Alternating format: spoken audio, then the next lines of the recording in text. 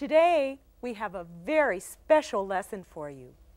We'll be learning about a Mexican holiday called El Día de los Muertos. This is a holiday for remembering friends and relatives who have died. It falls on November 2nd, but the celebrations begin on November 1st in some places and October 31st in others. Before we start looking at how this day is celebrated in a particular part of Mexico, Janitzio and Pátzcuaro, think about how you celebrate Memorial Day. Or what does your family do to remember friends and family who have died? Do you go to the cemetery sometimes to clean the graves and put new flowers on them? Are there any other things you do in your homes to remember those who have died in your family? In Mexico, many exciting things happen. This is not really a sad day. Rather, it's a day for poking fun at death and feeling like those who have died are still with us. That helps people not to miss them so much. Let's see what El Día de los Muertos looks like in Mexico with this video.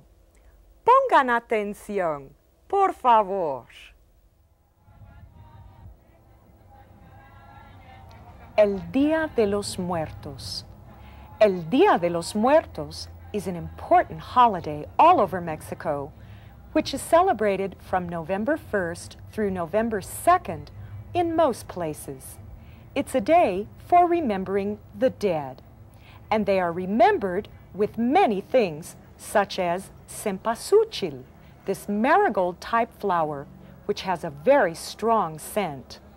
Mano de león is also used, as well as nube, which means cloud. People can be seen buying flowers all over the streets, and calaveras, or skulls, these made of sugar or alfeñique, a sugary paste. You'll also find ataúdes, or caskets made of candy, which people enjoy giving to their friends and relatives in celebration of the holiday. This woman is decorating a sugar figure with frosting, which is called betún. She has a tiny hole punched in the bag, and as she squeezes the bag, the icing comes out. She's also selling her goods while she's preparing them. There are many different colors of betún so that the figures will look very gay and lively. This is not a scary day, as some people might think at first glance. These masks are not intended to frighten anyone. Rather, they're intended to show that people are poking fun at death, having a good time making fun of it all day long.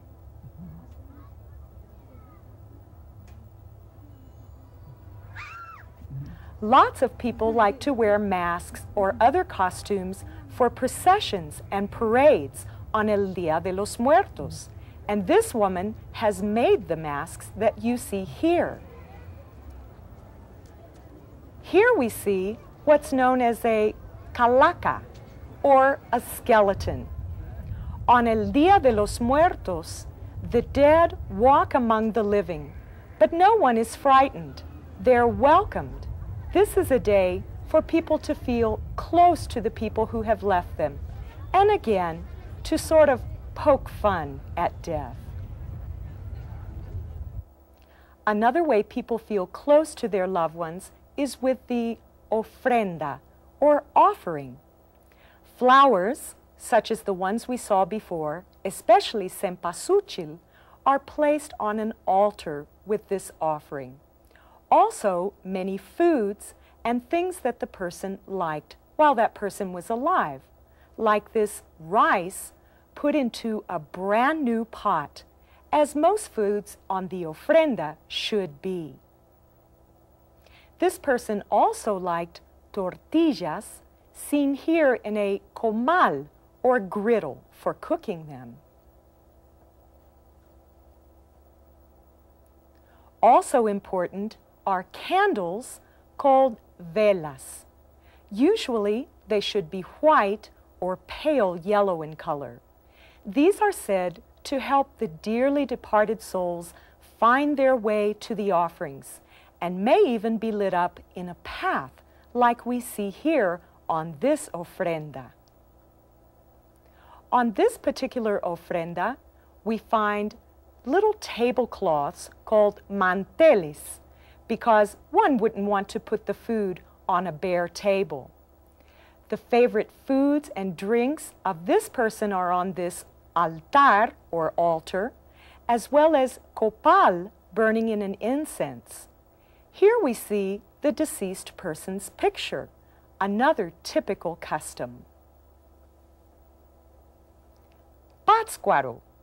That's what we see written on this papel picado, or paper cutting, because that's where this particular altar happens to be. There's also a pre-Hispanic figure here.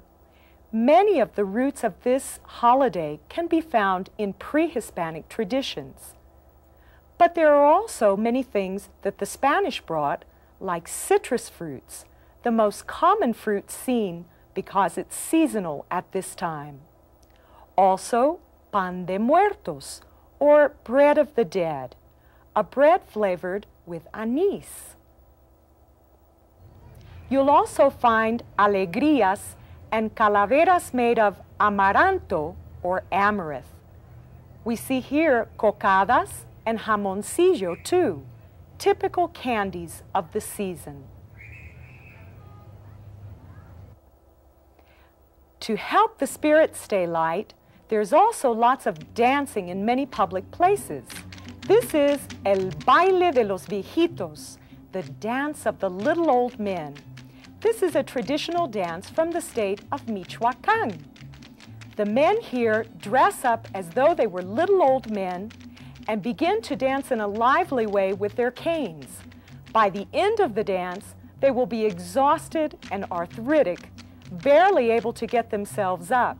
But in the meantime, with their guaraches, a special kind of sandal, these particularly padded with wood, they're able to stomp out a wonderful rhythm as they dance. The embroidery on their pants is also typical of Michoacán. But there is a more serious side to this day, and that can be seen in the night in the graveyard known as the Panteón in much of Mexico. Here people visit the graves, clean them, decorate them, and light candles. Even children go and may spend the whole night there with their families. People are talking about their loved ones who have died, remembering the good times, and they've also placed food on the graves for them here to show them how much they miss them and how much they would love to share this meal with them. For some Mexicans, the dead really do return on this day. Others simply place the offerings out to remember their dead and try to get over the loss of them. The church bells are ringing too, because there's going to be a Mass on this evening. The church plays an important part in El Día de los Muertos also. In fact, in this beautiful church, we'll find a gorgeous ofrenda with cempasúchil and candles and all of the foods of the season, particularly breads, more of the Spanish influence in the holiday festivities. There are plátanos, all kinds of bananas, frutas, all kinds of fruits, especially citrus ones, and even some vegetables which are seasonal in the late fall, like chayote, the squash we see here covered with spines. Also these hojaldras, different kinds of breads, manzanas, or apples, maíz, or corn, and many, many other seasonal fruits and vegetables. After El Día de los Muertos has passed, the streets of this town will become calm and quiet again. But the cemeteries remain newly decorated and fresh, ready for the day when the dead come to Mexico again next year. Did you enjoy learning about El Día de los Muertos?